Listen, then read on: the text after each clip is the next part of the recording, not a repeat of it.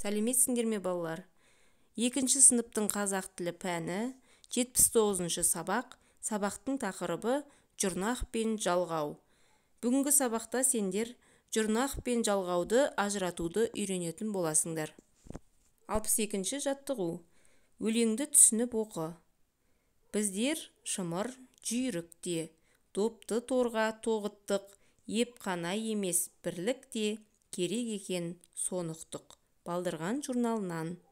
Бұл жерде спорттық ойындар ойнаған кезде жеңіс үшін тек қана ептілік қана емес, сонымен қатар бірлікте ойнаса жеңіске жететін айтып отыр.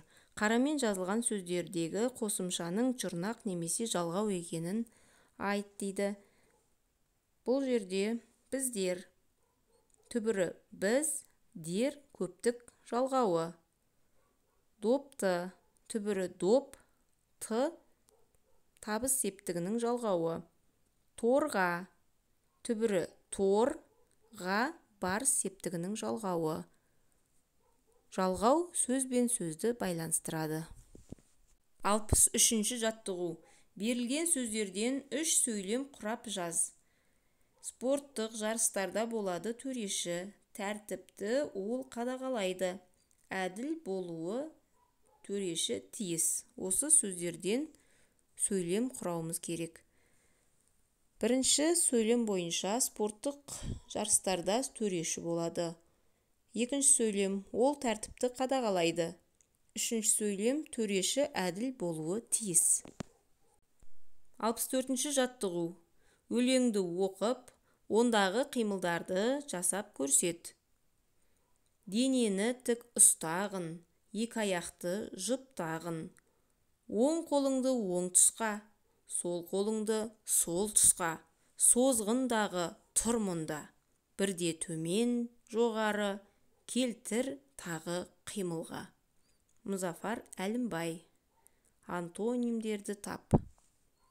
64-ші жаттығудағы антоним сөздер: оң, сол, жоғары, төмен.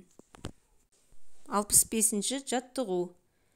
Сөздерге тиісті жұрнақтар мен жалғауларды жалғап оқы. Кітаптың, кітаптар, аспаз, спортшы, өнерлі, футболшы. Өзің қалаған бір сөзбен сөйлем құрап жаз.